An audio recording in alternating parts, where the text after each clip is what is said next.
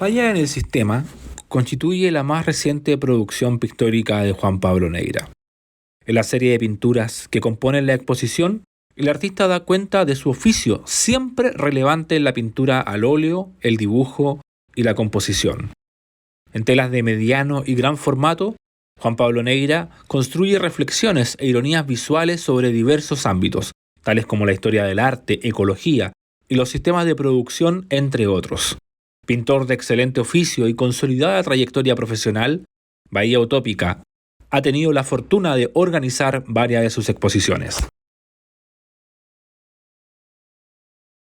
Es un compendio de pinturas que es un recorrido visual bien variado, de repente tirado para lo lúdico, de repente para lo reflexivo, y el nombre de la exposición toma el nombre del título de una pintura, que es Falla en el sistema. Más o menos son más o menos los mismos formatos, entre mediano y gran formato, y específicamente esa es la que más tiene que ver con la situación actual que se vive. Es una lectura entre política, entre social, reflexiva sobre todo, y el título apela a lo que es una falla en el sistema tomado como el sistema político que impera, y tanto a nivel nacional como mundial. Hay elementos que se identifican en esa pintura, como la figura de Bernardo Higgins, la figura de Manuel Rodríguez, y actúan en una situación que se enfrentan entre ellos, entre grupos. La pintura tiene por un lado los que apoyan la situación y los otros los que están en contra de esa situación, pero el tema central de la pintura es eso, llevar a la reflexión siempre. Tratando de ser didáctico, entendible, pero no cruzando el límite de lo que sea, ¿cómo se dice?, literal. Entonces, el trabajar una pintura es muy difícil en ese sentido, que el cuadro roce lo no literal, que a la vez sea atractivo como pintura, que sea atractivo visualmente en colorido, en composición. Entonces, el cuadro está armado de esa manera y con esos elementos, apelando a esa situación actual, como te digo, el torniquete un torniquete de metro ya sabemos lo que significa, es una barrera. Y en el cuadro aparecen rotos por lo que pasó del 18 de octubre en adelante del 2019. Entonces, romper esa barrera.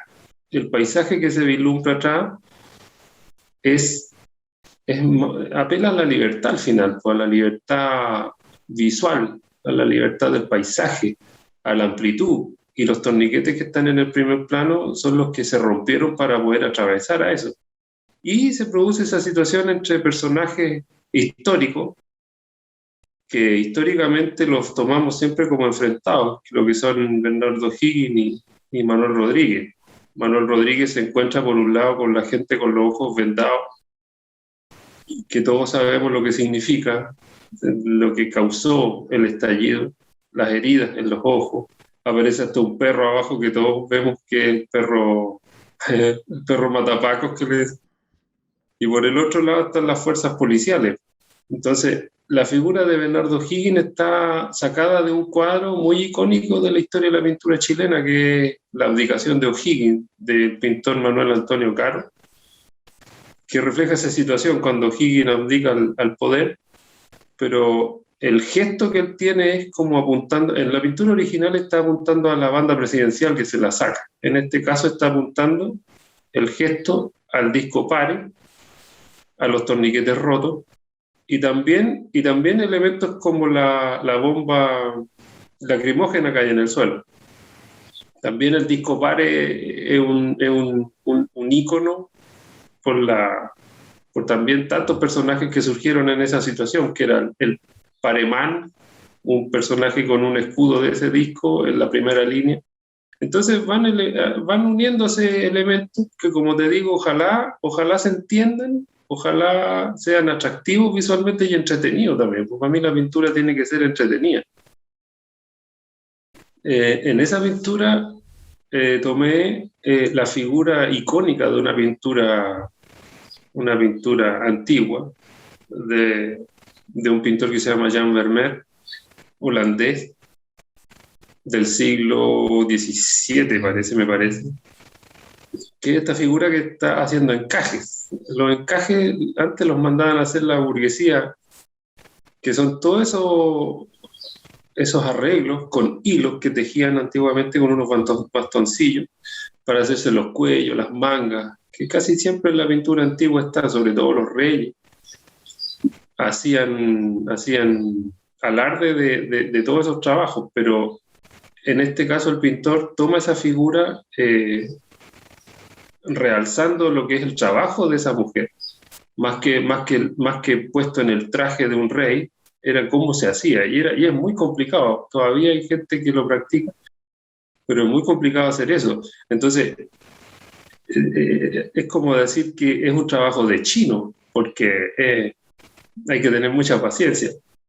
Y tomando esa figura icónica, yo la aplico en un ambiente que es totalmente hostil. O sea, la repetición, y es la repetición del trabajo también, en un hangar gigantesco que no tiene fin, y es lo que tú dices, por la explotación al final, la explotación, el trabajo en serie, y también, como te digo, es siempre con esa lectura de que la pintura, que es como un cuadro totalmente intocable, una obra maestra como esa, repetirla y repetirla, que ya se la saca de su contexto, pictóricamente, y atrayéndola a nuestros días. Siempre, como te digo, de la manera más entendible posible y lúdica al final. De eso se trata. Bueno, la manera como yo trabajo, más que hacer bocetos y más que armar una obra de figuras que voy como conectando, lo primero que yo hago es pensar en un título o pensar en una idea escrita. Entonces yo escribo esa idea y me imagino todos los elementos que van contenidos en esa idea, resumida en un título. Entonces dejo pasar un tiempo y después vuelvo a revisar todos los títulos y las ideas que he escrito, y cuando leo esa idea o cuando leo ese título y a mi mente viene la imagen que se me ocurrió en ese minuto, yo digo que el cuadro ya funciona. Y a partir de eso yo armo el cuadro. Es un sinfín de ideas que se conjugan, muchas veces netamente visuales, atractivas visualmente como pintura, otras que encierran ideas políticas, sociales, reflexivas. En el caso de todas esas pinturas, hay un hilo conductor que para mí tiene que ir, que es el de la reflexión al ver una pintura, y que a la vez ate cabos como la belleza en un cuadro, que no necesariamente la belleza en un cuadro tiene que ser vacía o simplista, sino que perfectamente podemos tener que el cuadro se sustente desde esas dos maneras. Una pintura que sea bella y que a la vez nos haga reflexionar. Por ejemplo, más representativo es de esta iglesia, de la iglesia de San Basilio en Rusia, en la Plaza Roja, y van dos astronautas caminando hacia ella. También es irónico el título, porque se llama Salvación, o sea, la salvación está en el cielo. Y muchas veces antiguamente se tomaba la iglesia como la salvación de las almas. Entonces hay mucha gente que todavía lo toma.